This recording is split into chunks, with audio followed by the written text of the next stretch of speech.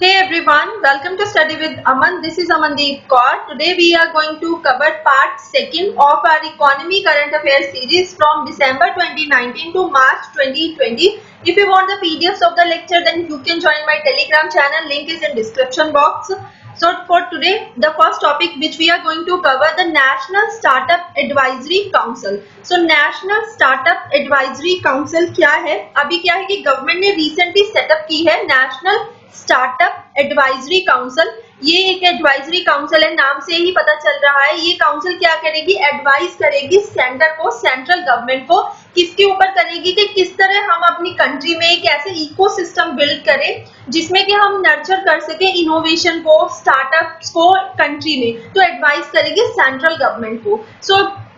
और क्या क्या इसके काम रहेंगे? It will suggest measures to foster a culture of innovation among us citizens and students in particular। तो हमारी कंट्री के जितने भी लोग सिटीजन हैं, स्पेशली जो स्टूडेंट्स हैं, उनमें जो है कल्चर ऑफ इनोवेशन को किस तरह से फोस्टर किया जाए, उसके ऊपर जो है गवर्नमेंट को ये सजेस्ट करेगी। क्योंकि हमारी कंट्री में क्या है कि हमारी कंट्री में जो माहौल है इनोवेशंस के ऊपर हम ज्यादा जोर नहीं देते हैं।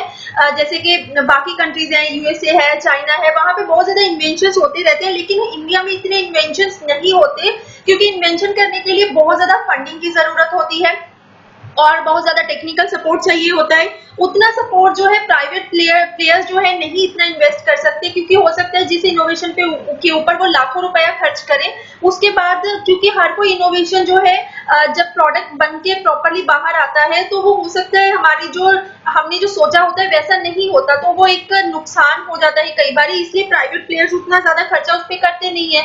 इनोवेशन के लिए हमेशा गवर्नमेंट फंडिंग की ज्यादा जरूरत पड़ती है, और हमारे यहाँ पे क्या होता था कि गवर्नमेंट उतना फंड करती नहीं थी। तो अभी क्या है कि जैसे पिछले कुछ सालों में ऐसा शुरू हुआ है कि गवर्नमेंट जो है इनोवेशंस के ऊपर काफी फोकस कर रही है कि इंडिया में इनोवेशंस को प्रमोट किया जाए।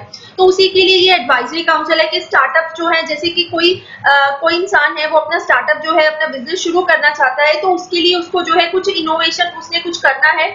तो इसके लिए गवर्नमेंट जो है इस पूरे कल्चर को पूरे कंट्री में किस तरह से प्रमोट किया जाए, उसके लिए ये एडवाइजरी काउंसिल है। So it will support creative and innovative ideas through incubation and research and development to transform them into valuable products. उसके बाद it will also suggest measures to facilitate public organizations to assimilate innovations with a view to improving public service delivery. उसके बाद काफी important जो है वो ये है कि इस एडवाइजरी काउंसिल को चेयर कौन कर रहा है? इसके चेयरपर्सन है minister for commerce and industry. So commerce and industry के जो मिनिस्टर होंगे वही इसको चेयर करेंगे, नेशनल स्टार्टअप एडवाइजरी काउंसिल को। बाकी इसमें मेंबर्स कौन कौन होंगे? It will consist of non official members to be nominated by central government from various categories like founders of successful startups, veterans who have grown and scaled companies in India, etc.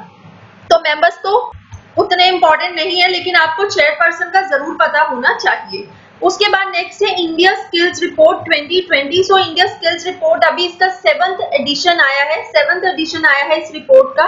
इसको किसने जो है publish किया है? It is a joint initiative of Wheebox, a global talent assessment company. उसके बाद है people strong and Confederation of Indian Industry in collaboration with the United Nations Development Program, AICTE and Association of Indian Universities। कहने का मतलब है overall इसको India के और इंटरनेशनल लेवल पे ऑर्गेनाइजेशन से मिलके इसको प्रिपेयर किया है, और इस बार इसका जो है वो 7th एडिशन है। India skills report 2020 aims to provide an overview of supply of talent and the demand from the industry। तो क्या क्या जो है स्किल्स रिपोर्ट में क्या क्या फाइंडिंग्स हुए हैं? तो सबसे पहले यहाँ पे ये बताया गया है कि जो इम्प्लॉयबिलिटी ऑफ इंडिया के यूथ की इम्प्लॉयबिलिटी है वो स्टेगनेंट रही है पिछले 3 साल से। कहने का मतलब है ना तो ज्यादा बढ़ी है ना तो ज्यादा कम हुई है, जैसे चल रही है 3 साल से वहीं पे रुकी हुई है। कहाँ पे रुकी है? 46.21%। जो भी जॉब सीकर्स है, जो जॉब लेना चाहते हैं, उनमें से कितने लोगों की इम्प्लॉयबिलिटी हुई है? 46.20%, हाफ से भी कम की। और फीमेल इम्प्लॉयबिलिटी अगर देखें, फीमेल इम्प्लॉयबिलिटी ने विटनेस किया है अपवर्ड ट्रेंड, 47% पे है, while that of male workforce declined from 47.39% in 2019 to 46% this year. तो अगर ओवरऑल एम्प्लॉयबिलिटी देखें तो वो तो स्टेगनेंट है, 3 साल से एक ही जगह पे 46.21% पे रुकी हुई है। लेकिन फीमेल एम्प्लॉयबिलिटी, जो फीमेल जो है वो आगे आके काम कर रही है, उनका नंबर जो है वो बड़ा है, 47% तक हुआ है।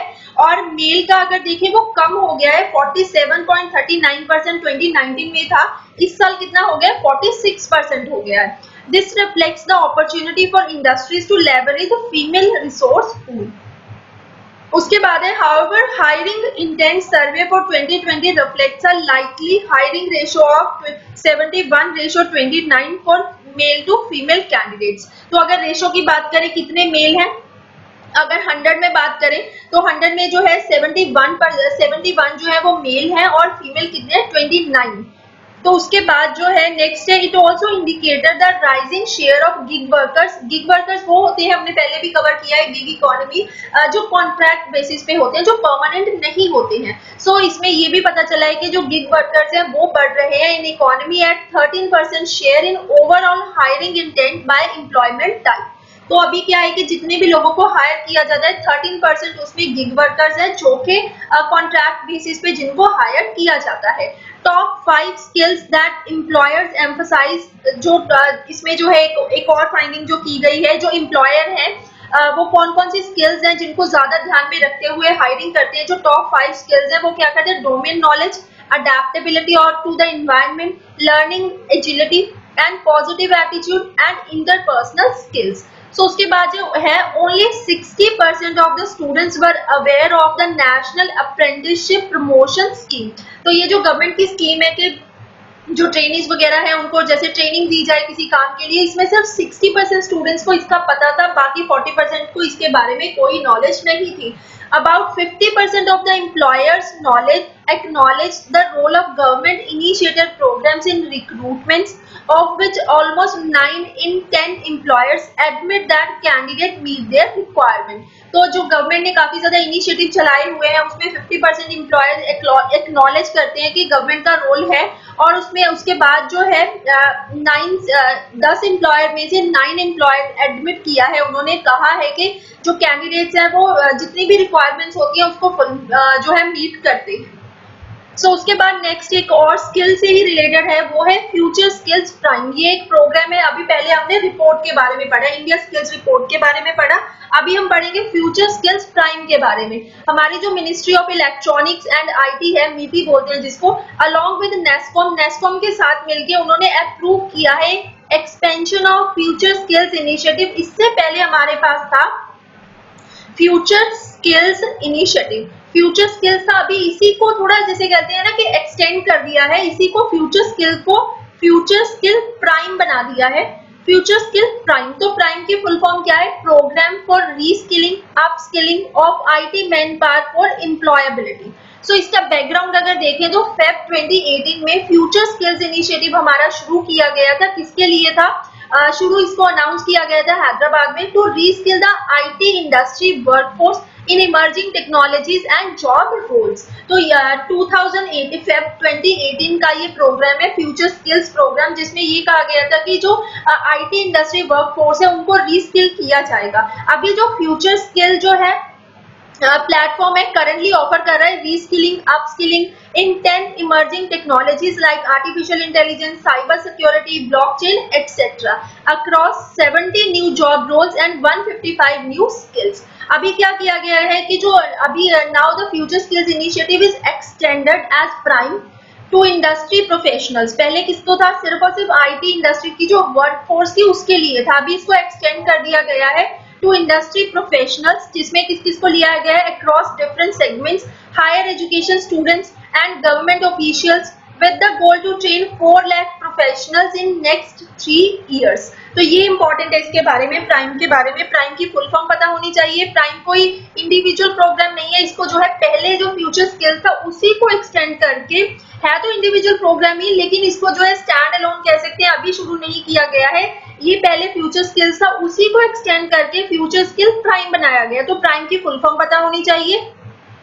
उसके बाद जो है आपको पता होना चाहिए कि पहले ये सिर्फ और सिर्फ आईटी के जो इंडस्ट्री वर्कफोर्स है उसके लिए था, अभी किसके लिए है, industry professionals across different segments, higher education students, government officials with the goal to train 4 lakh professional. ये भी आपको पता होना चाहिए कि गोल जो है वो 4 लाख प्रोफेशनल्स को ट्रेन करना है इन नेक्स्ट 3 इयर्स, तो 3 साल के लिए ये प्रोग्राम है।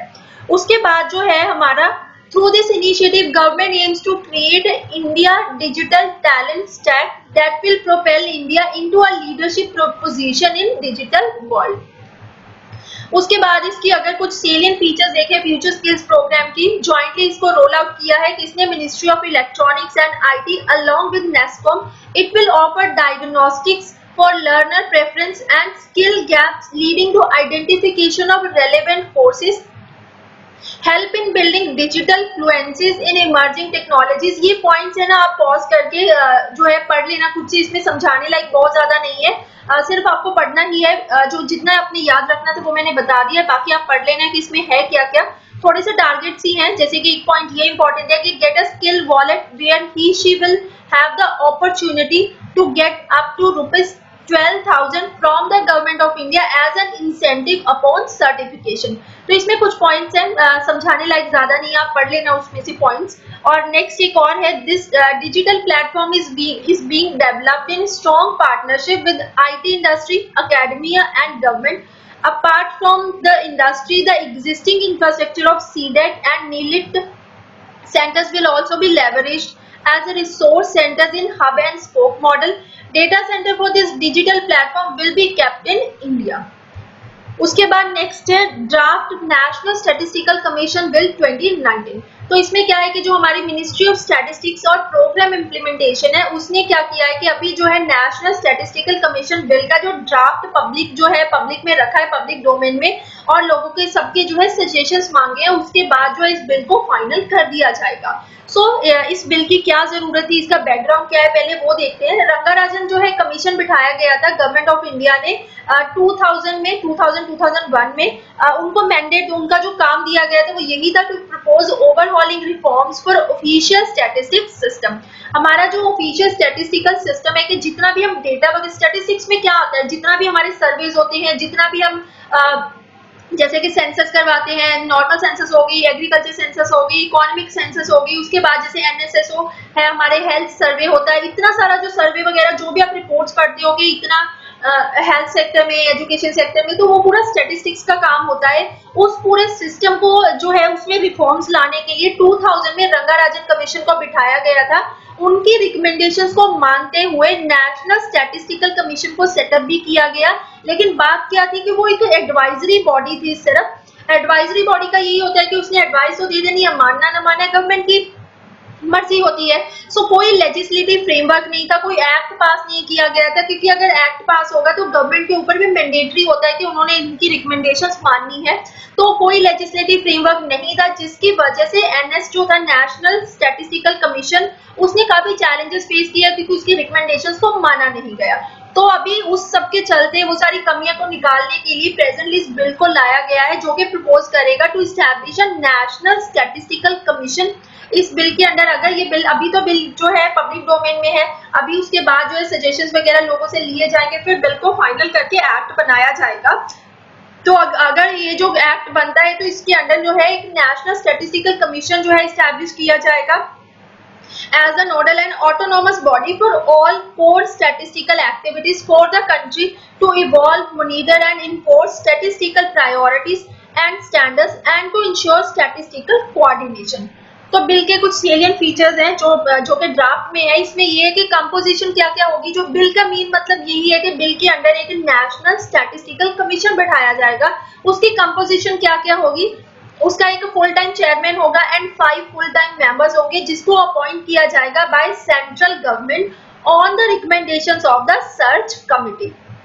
उसके बाद एक डेप्यूटी गवर्नर, जो डेप्यूटी गवर्नर आरबीआई का होगा, उसको नॉमिनेट किया जाएगा बाय गवर्नर ऑफ आरबीआई। उसके बाद जो है chief statistician of India, the position was created by the same executive order that established the present NSC in 2005। उसके बाद चीफ इकोनॉमिक एडवाइजर जो कि मिनिस्ट्री ऑफ फाइनेंस का है, वो वर्क करेगा एज एक्स ऑफिशियो मेंबर। उसके बाद जो है एक स्टैटिस्टिकल ऑडिट एस्टैब्लिश किया जाएगा। स्टैटिस्टिकल ऑडिट में क्या होगा, it provides for establishing national statistical audit and assessment organisation. तो जो हमारा नेशनल स्टैटिस्टिकल कमीशन बनेगा ना, उसी कमीशन के अंडर, उसी बॉडी के अंडर एक national statistical audit and assessment organisation establish की जाएगी with the chief statistical auditor in the rank of secretary to government of India। उसके बाद जो है इंडिपेंडेंट सेक्रेटेरिएट भी स्टैब्लिश किया जाएगा कमीशन के लिए। To further strengthen the autonomy of the commission, the bill also proposes setting up of an independent secretariat for the commission headed by a secretary rank officer of government of India.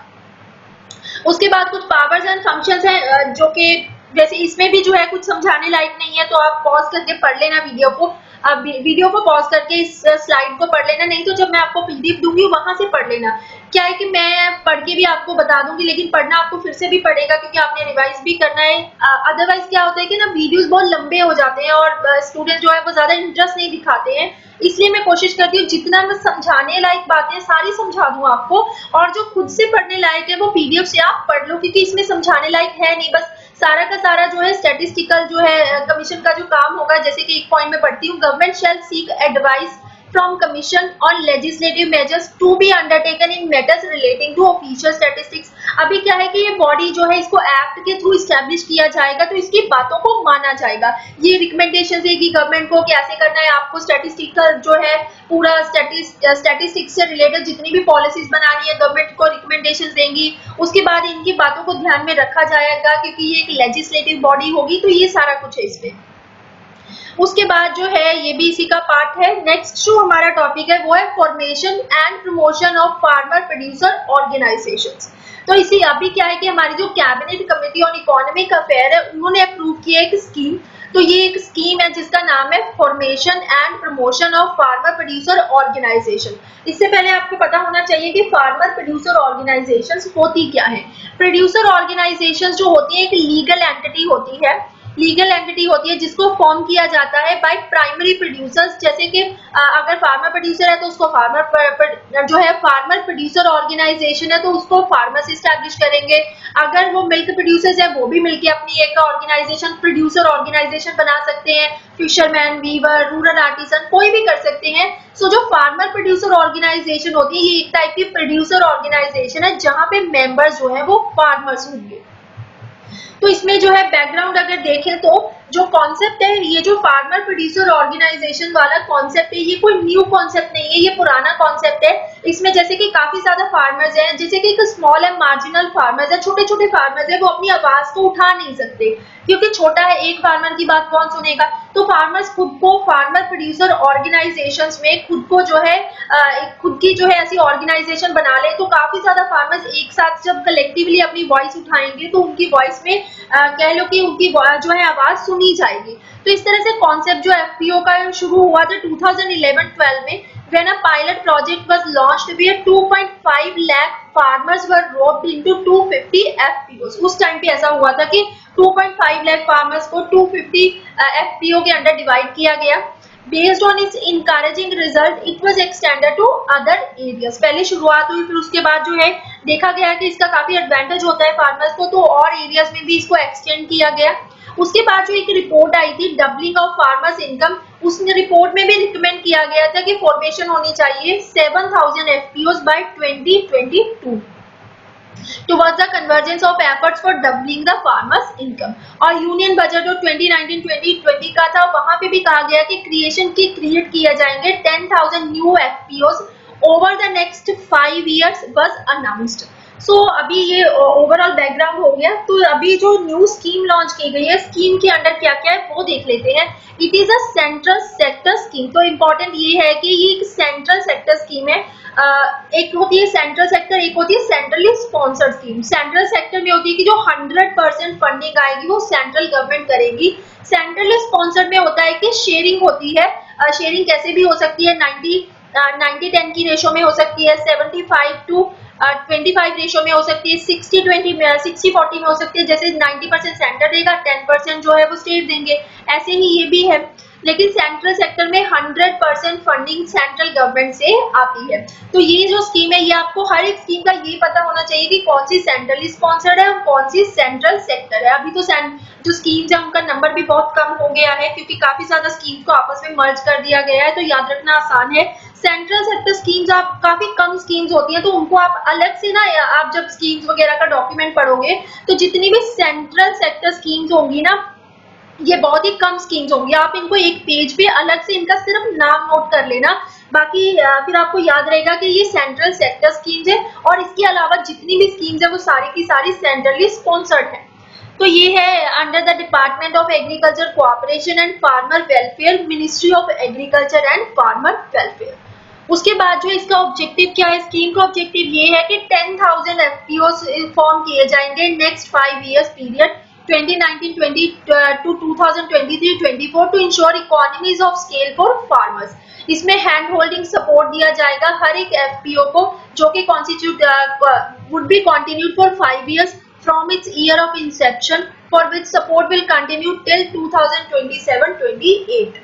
उसके बाद beneficiaries इसके कौन कौन से होंगे, beneficiaries इसके small and marginal farmers होंगे, जिनको जो है who don't have economic strength to apply production technology services and marketing including value addition. Implement इसको कौन करेगा, small farmers agri business consortium, national cooperative development corporation and national bank for agriculture and rural development NABARD.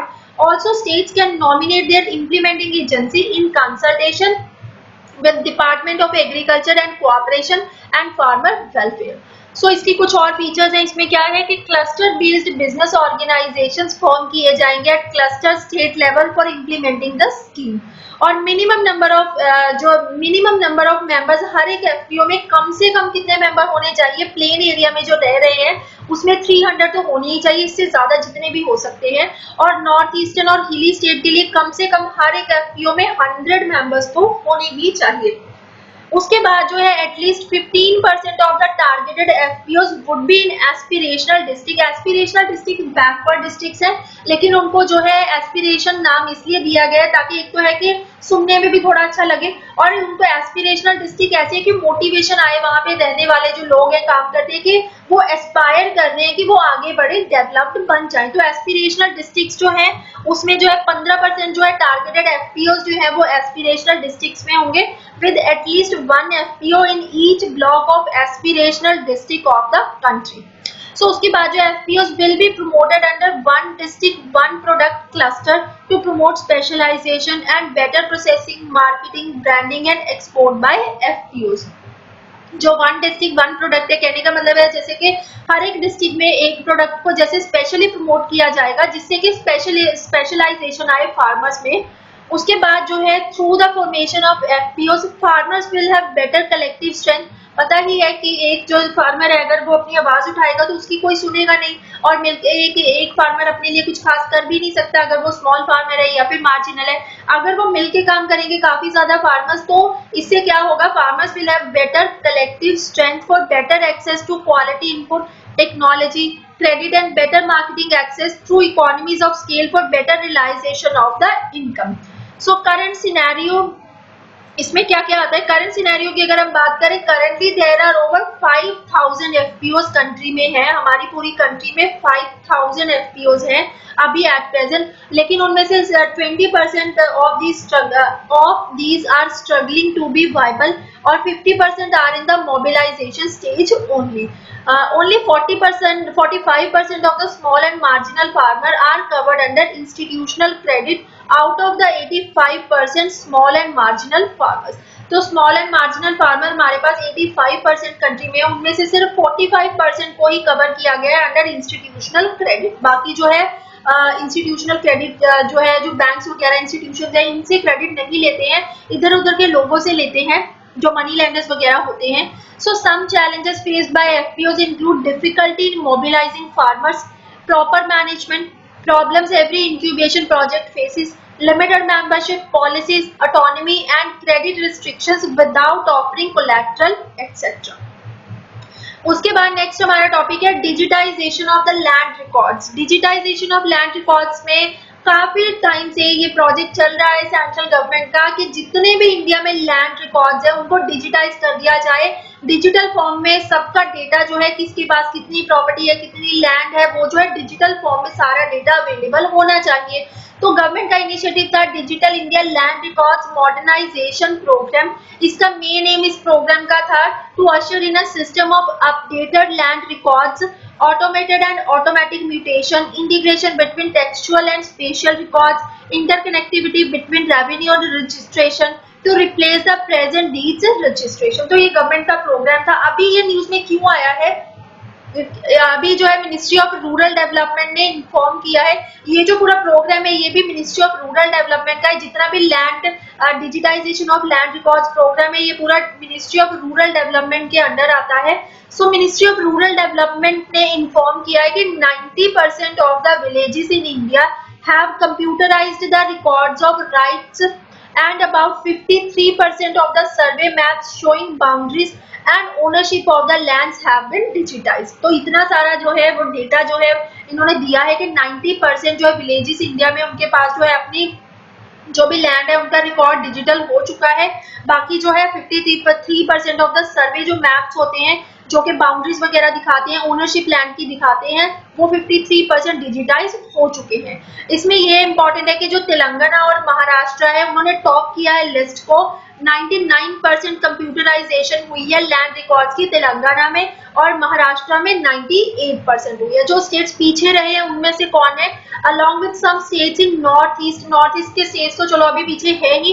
Kerala में भी अभी सिर्फ जो है 43.24% land records को ही डिजिटाइज किया गया है। जम्मू कश्मीर काफी पीछे है। जम्मू कश्मीर में जो लैंड रिकॉर्ड्स है उनको डिजिटाइजेशन का काम उनका 9.32% ही हुआ है। उसके बाद नेक्स्ट है हमारा boost for dairy sector. Central government ने एक स्कीम नहीं लाई है, चेंजेस किए हैं dairy processing and infrastructure development fund में, जो डायरी प्रोसेसिंग और इंफ्रास्ट्रक्चर डेवलपमेंट फंड स्कीम है, इसमें कुछ चेंजेस किए गए हैं to make the white regulation जो कि एसोसिएटेड है with milk production to the next level.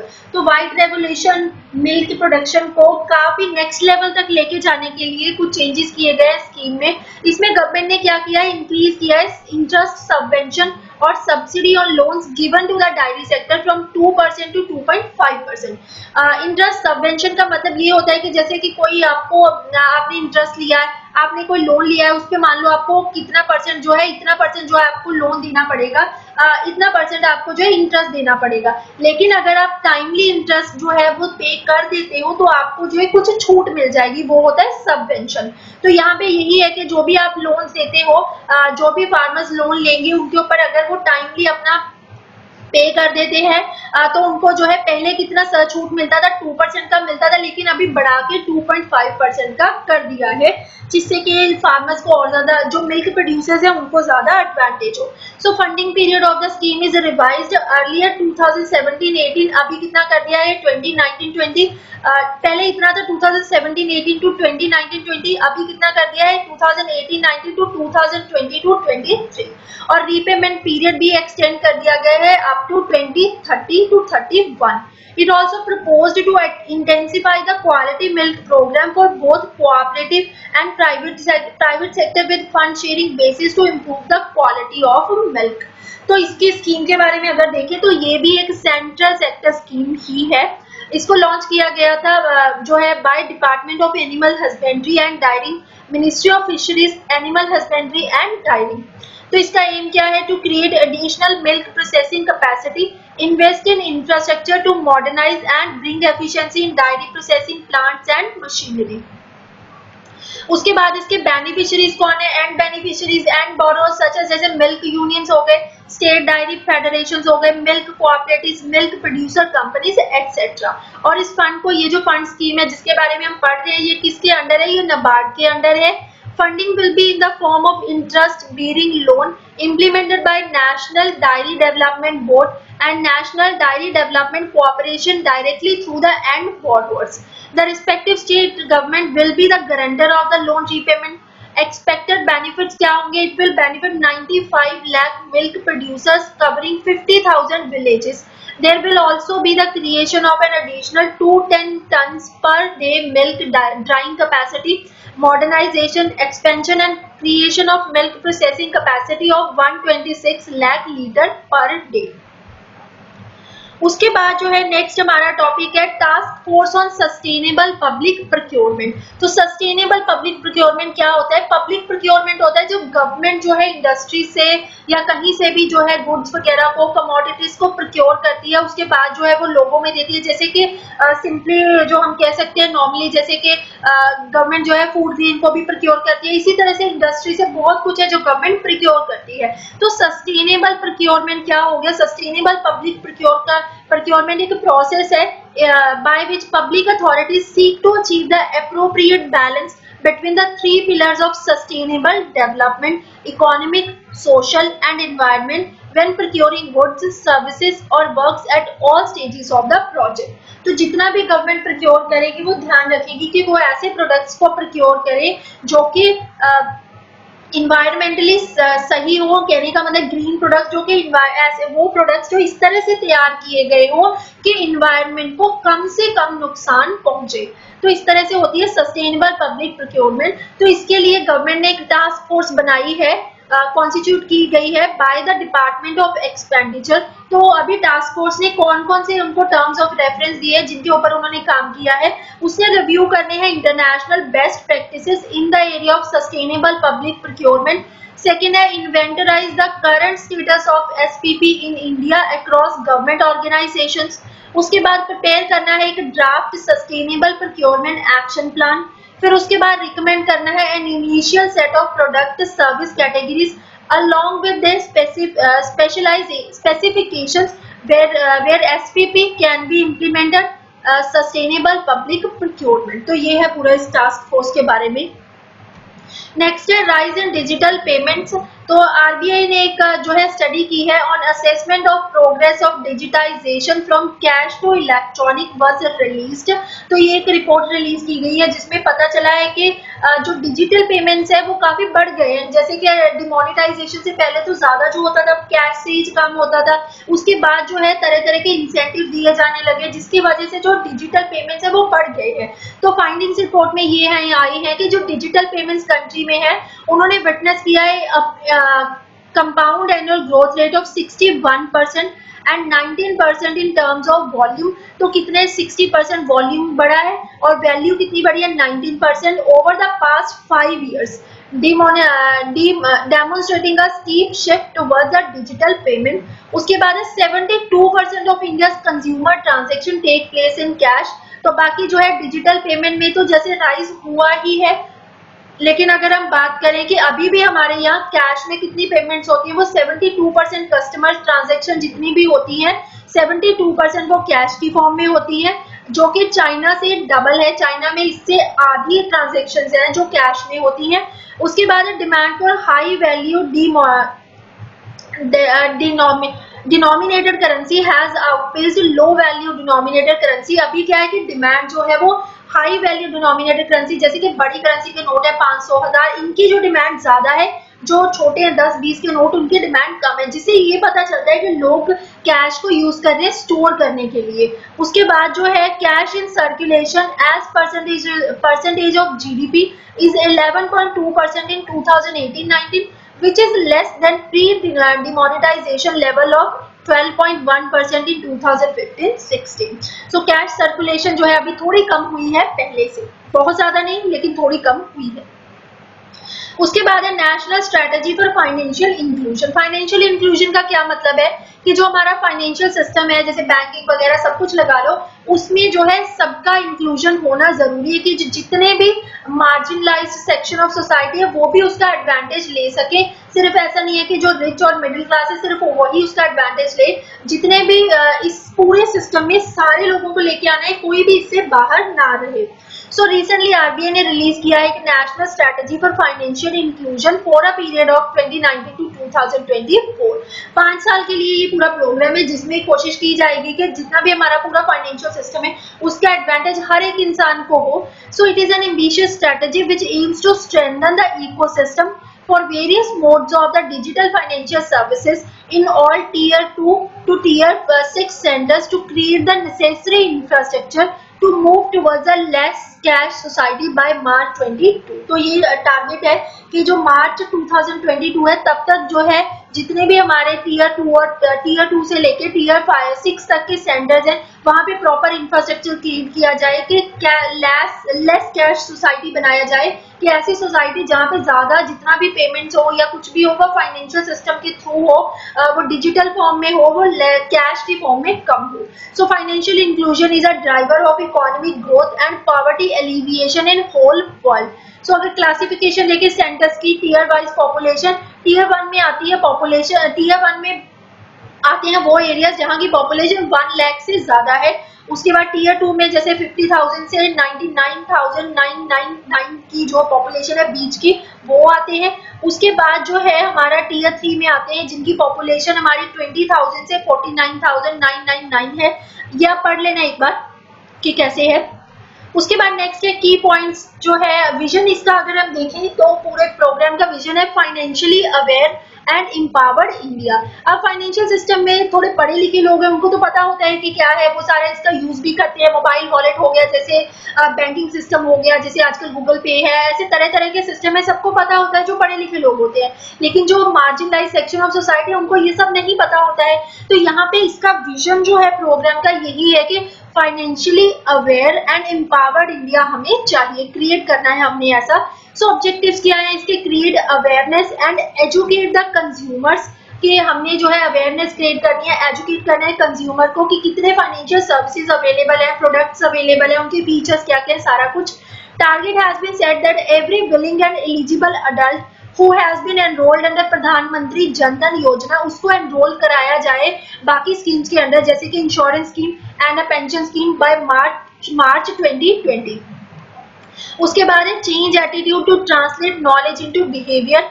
तो यहाँ पे एटीट्यूड चेंज करने की जरूरत है। नॉलेज कई लोगों को जैसे होती है, कुछ ऐसे भी लोग हैं जिनको पता होता है लेकिन फिर भी उनको कैश में ही ट्रांजैक्शन करना ज्यादा पसंद है, इंश्योरेंस नहीं लेते हैं। तो वही है कि जो नॉलेज है उसको बिहेवियर में लाया जाए।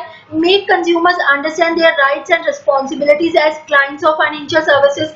Increase the outreach of the banking outlet. ये जरूरी है कि जो बैंकिंग आउटलेट्स है उनकी रीच जो है ऐसे एरियाज में बैंकिंग सिस्टम की जरूरत है जहाँ पे दूर दूर तक कोई बैंक अवेलेबल नहीं होती है। तो हर एक village with in a 5 kilometre radius और a hamlet of 500 households in hilly areas by March 2020. उसके बाद ensure that every adult had access to financial service provided through a mobile device by March 2024. तो stake holders कौन कौन इसमें involve है? It recognises an indicative list of stakeholders जैसे कि financial consumers हो गए, financial market players like banks, non banking financial companies etcetera, educational institutions, NGOs, financial sector regulators, both central and state governments, multilateral international players like the OECD, G20, etc. Significance इसकी क्या है? Steps are needed to strengthen the digital financial services ecosystem, including increased awareness on usage of digital modes of transactions, increased acceptance infrastructure, and a safe environment incorporating the principles of consent and privacy. Next हमारा topic है draft. एक scheme आई है for supply of round the clock power. तो ये power से related है। यहाँ पे ministry of new and renewable energy ने एक प्रिपेयर किया है एक draft scheme for supply of round the clock power from renewable energy based solar, wind और small hydro power projects complemented with power from thermal power project. तो इस scheme में क्या क्या आता है? The power generator shall supply renewable energy power complemented with thermal power in RTC round the clock manner, keeping at least 80% availability on annual basis. तो यहाँ पे राउंड द क्लॉक जो है पावर प्रोवाइड करानी है रिन्यूएबल एनर्जी, जिसके साथ साथ क्योंकि अकेली रिन्यूएबल एनर्जी के ऊपर हम डिपेंड नहीं रह सकते, साथ ही साथ और हमारे पास अभी इतनी सोर्सेज भी नहीं है, इतनी फंडिंग भी नहीं है कि सिर्फ सारा कुछ ही रिन्यूएबल एनर्जी का हो जाए। हमें अभी जो है थर्मल पावर के ऊपर हम डिपेंड करते हैं, तो दोनों को मिक्स करके जैसे प्रोवाइड कराया जाए। At least 51% of the annual energy जो है सप्लाई जो यहाँ पे कहा गया है कि कम से कम जो है 51% जो है एनुअल एनर्जी हम सप्लाई करते हैं, उसका 51% जो है must correspond to renewable energy power, and the balance जो है वो कहाँ से आएगा, वो थर्मल सोर्सेज से। जैसे कि कम से कम 51% जो है वो रिन्यूएबल एनर्जी से आना चाहिए और बैलेंस थर्मल एनर्जी से आना चाहिए।